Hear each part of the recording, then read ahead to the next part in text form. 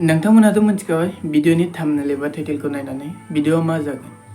थ' दिनै आं नोंथांमोननो खोन्थानो नागिरदों जे बर' बैसागु एलबाम बिरगोस्रि बर' एलबामा बेसेबां थाखा खामायनो हाखो।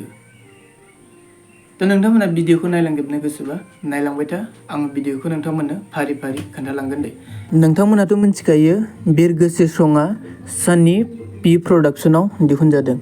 दा बिनि आर्निंखौ माबोरै मिथिगोन होननानै बुंब्लाथ' जोङो बेयाव नायबानो नुनो मोनो नै लोगोफोर, 1 माउन्टआव मानि भिडिअखौनो हगारखायाखै दे, मानि 1 माउन्टनि आर्निं जा सर्स देखायगोन बियो नैबे बिरगोस्रिनियाल'नो देखायगोन। मानि बेबो 1 माउन्ट जाखानायसो, बेबो 2 माउन्ट जाखानायसो, मानि बिनिया देखायला, मानि देखायबाबो बारा देखाया दे, एफा एनैल' देखायगोन, बेखौ जों दा माइनास खालामगोन। थ' दा मेइन आर्निंनि सार्सआनो मा जागोन, 20 लाख भिउसनि मेइन आर्निंखौ बेयाव देखायगोन दे। दा जोङो बेनि आर्निंखौ नायनो थाखाय गिबिसिनथारावनो ससियेल ब्लेड एकाउन्टआव फैनोसै।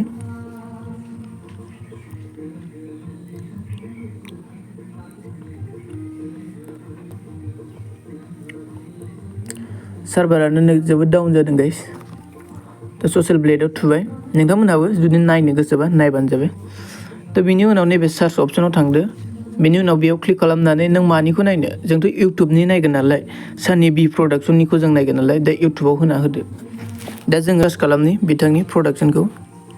साइडआव गान दामदों दे लोगोफोर, इगनर खालामबानो जाबाय। स्वरनि बि प्रडाक्शन नै लोगोफोर फैबाय, बेयाव क्लिक खालामना होबानो जाबाय।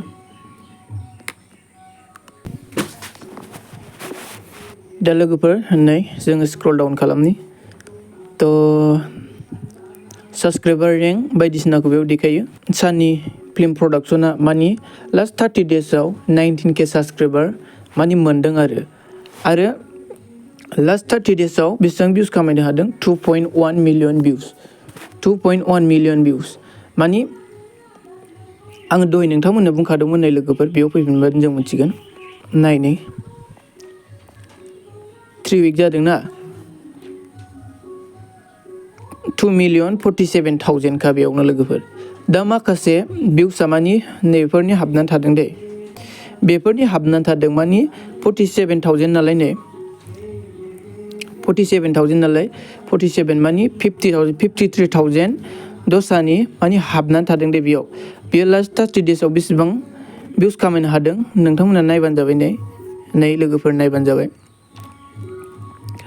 मानि बेयावथ' जोंना बिरगोस्रिया बेसेबां भिउस मोनदोंमोन, 2,047,000 भिउस मोनदोंमोन ना लोगोफोर। दा 53,000आ दस्रा भिडिअनि मानि भिउस दै बियो लास्ट 30 डेजआव। दानिया मेइन टपिकआव फैनोसै दे, आर्निंआ नै लोगोफोर, नै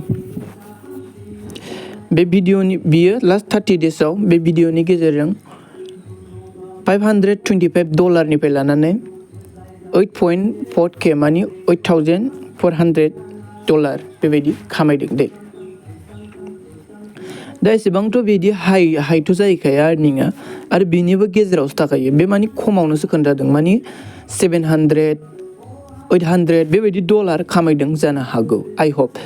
दानिया जोङो साप'ज हमनानै लाबाय $800 थाखा खामायदों, अब्ला $800 जोंनि इण्डियायाव बेसेबां जागोन नोंथांमोना नायबानो जाबाय र'।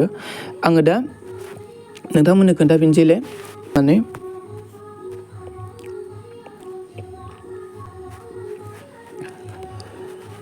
दा नायबानो जाबाय नै लोगोफोर। बे जोङो मोनसे अफिसियेल लिंकआव फैबाय, थ' बेयाव $1 दा मा जायोनो 85.55 जानानै दं। दा जोङो $800 मोनदोंमोन ना, $800 होमबा नोंथांमोना नायदो नै 68,440 बिथांमोना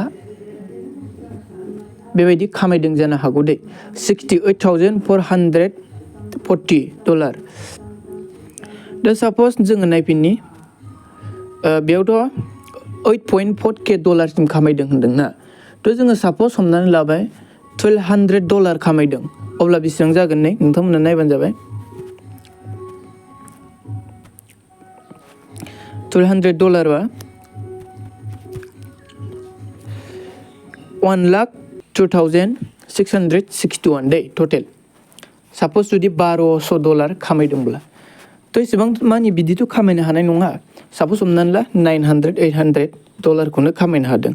आङो $850 खामायदों होननानै बुंब्ला 72,000 थ' बिथांमोनहा मानि 80,000 90,000 बेबायदि खामायदों जानो हागौ दे। मोनसे संजोंनो बिथांमोनहा 80,000 90,000 बेबायदि थाखा खामायदों। मानोना बियो सुपारहिट बर' एलबाम जाबायना लोगोफोर, मानि बिनिफ्राय बांसिन थांनाय भिउसखौनो जोङो नुखायाखै दे लोगोफोर। थ' बिनिखायनो बिथांमोना मानि गोबां आर्निं खालामनो हाबाय जानांगौ दे। आरो देग्लायनि 2025 मायथाइनि बैसागु समाव मानि टप भिउस आवग्रिनानै दं बे बिरगोस्रि सङानो दे। दा नोंथांमोना भिडिअखौ एसेबाबो नायनानै बुजिबाय। थ' नोंथांमोना भिडिअखौ नायनानै एसेबाबो मानि बुजिखाबाय जानांगौ दे बेसेबां आर्निं खालामदों, बेसेबां आर्निं खालामखो। मिनिमाम 80,000 आरो मेक्सिमाम 1 लाखनि बुरजासिन जानो हागौ दे बिथांमोननि आर्निंआ। थ' नोंथांमोनहा उननि समाव बबे बर' एलबामखौ बेबायदि खालामजानो लुगैयो, मानि बिथांमोननि आर्निं सार्चखौ दिहुनजानो लुगैयो, नोंथांमोना कमेन्टआव खोन्थाहरबानो जाबाय दे लोगोफोर। अब्ला लोगो मोनगोन दे उननि गोदान भिडिअ'आव।